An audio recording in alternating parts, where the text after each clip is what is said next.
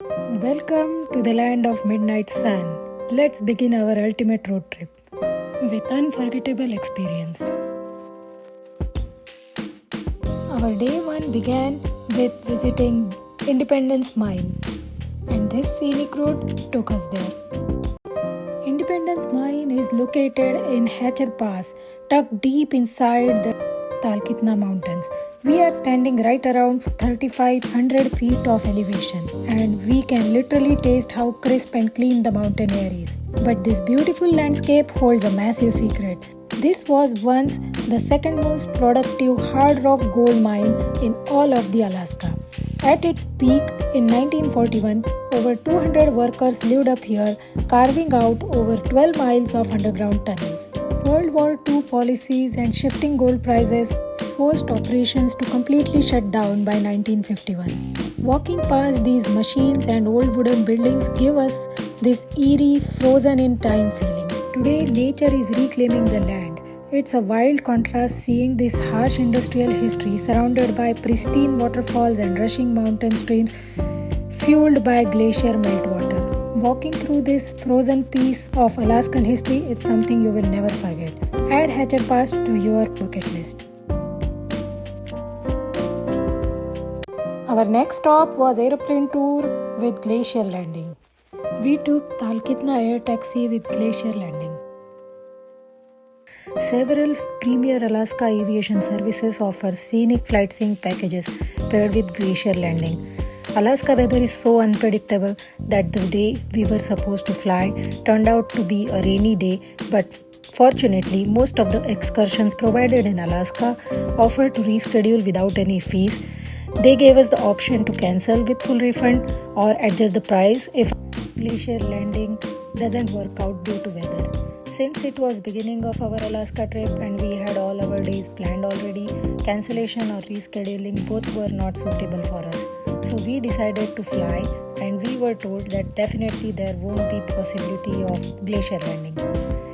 We decided to go anyway, and it was totally worth it. The views were so mesmerizing. While we were still enjoying the views, our pilot surprised us by announcing that he can try to do Glacier landing for us. Our pilot was able to do Glacier landing, and it was like the cherry on top. Best surprise ever.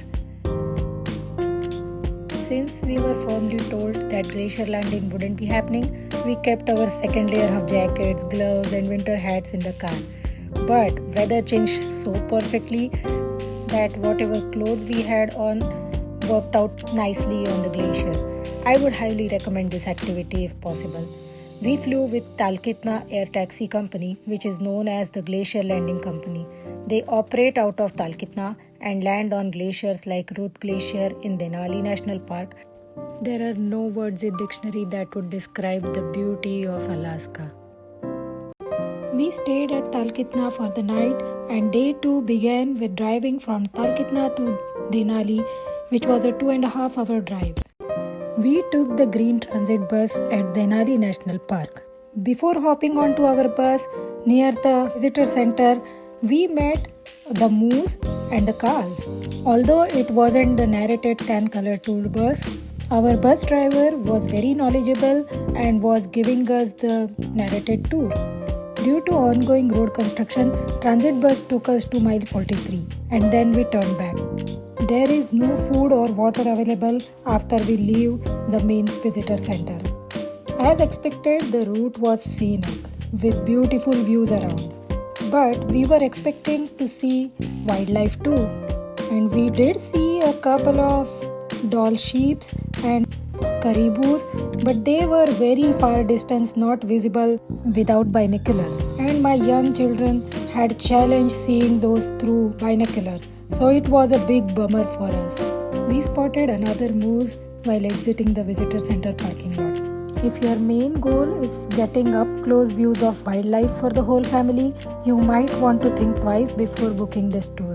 And you might be squinting through binoculars most of the day. We spent the night at Cantwell, and day 3 begins driving from Cantwell to Fairbanks, where first activity of the day was gold panning. We did gold panning in Fairbanks, Alaska.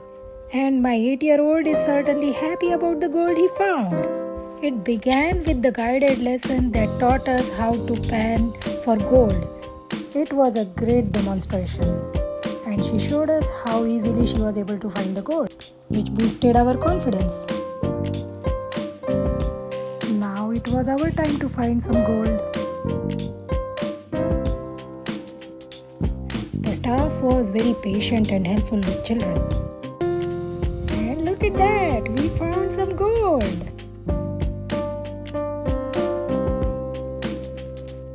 Then the staff cleaned and dried the pieces we found.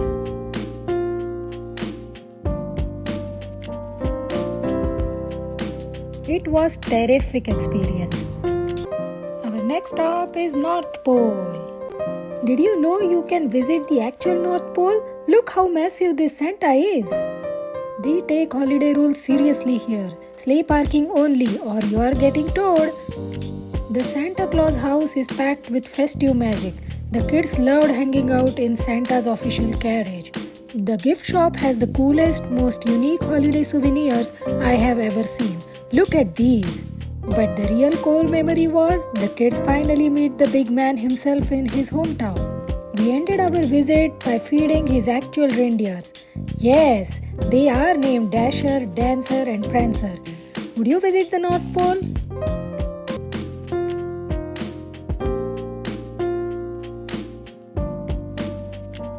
Next, we headed to Chena Hot Springs. This is Aurora Ice Museum at Chena Hot Springs in Alaska. It has beautifully illuminated ice sculptures. As the name suggests, it's freezing cold inside. But fortunately, they do provide jackets before we enter the museum. You can see us wearing those thick jackets, and those are lifesavers.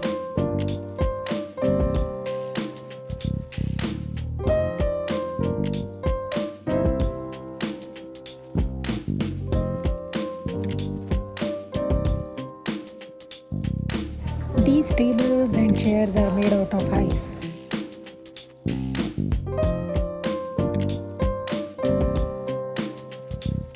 We can purchase appletini which is served in ice glass. We are supposed to break the ice glass after we exit the museum. It's a fun place to visit. After saying bye to Ice Museum at Chena Hot Springs, we started driving towards Delta Junction and took a quick pit stop at Pioneer Park. But we didn't have much time, so we couldn't stay there longer. But I would definitely recommend you to see it if time permits. After spending night at Delta Junction, we started driving to Matanuska. We did Matanuska Glacier guided tour. It was a wonderful experience. The tour begins with a walk towards the floating bridge.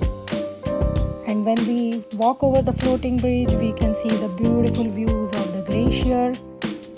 And then once we reach the glacier, we have to put the chains over our shoes and then we start walking. You can break and taste the ice. It tastes wonderful. This hike is easy to moderate hike and the views pay off all the hard work.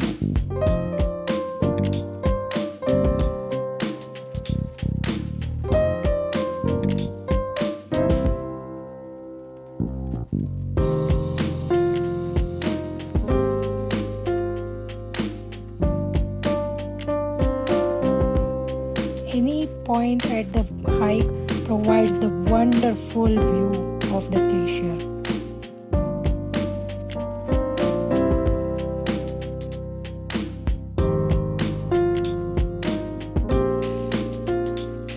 We encountered quite a few melting ice streams during our hike, and we also tried water. It tastes delicious, and the guide confirmed it's safe to drink.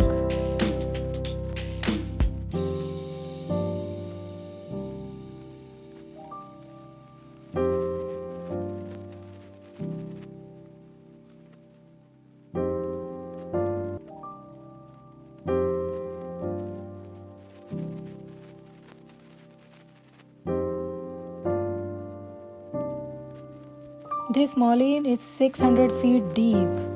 These molines act as a drain, funneling rushing melt streams hundreds of meters down into the ice.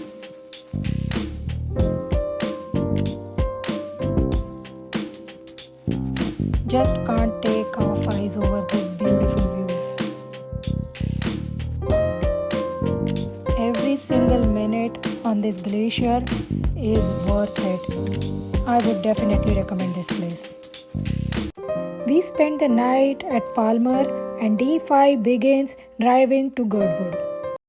We spent the day at the Alaska Wildlife Conservation Center and it felt like walking into a real-life storybook.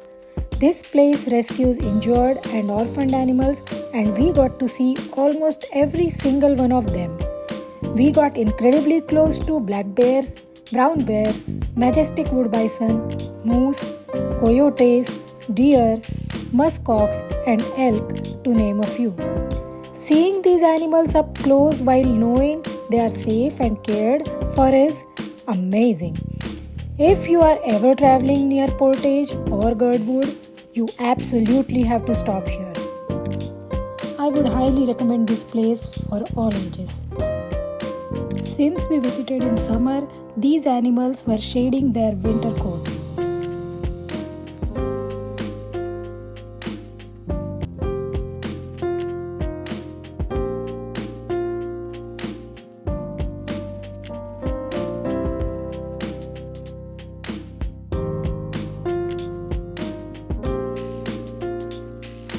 We spent the night at Cooper Landing and day 6 begins driving to Seward.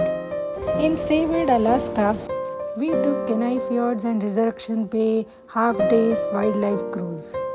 Within first 30 minutes of our cruise, we started seeing humpback whales, a lot of them. I can't believe the number of ocean animals we met that day.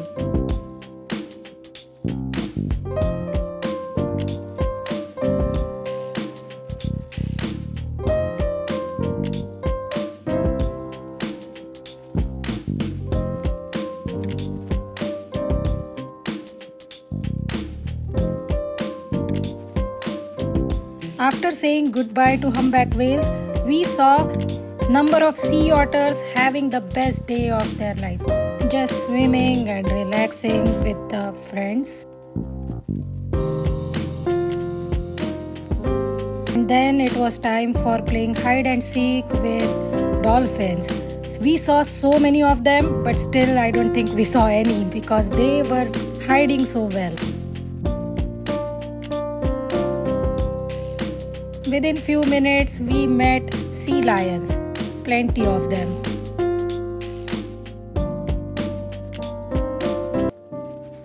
We met more humpback whales. Look at that guy saying hi to us. So beautiful.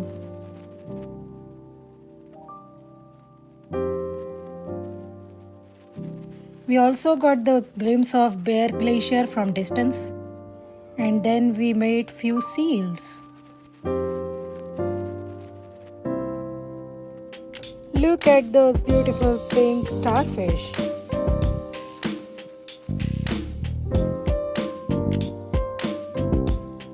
This is Fire Cove.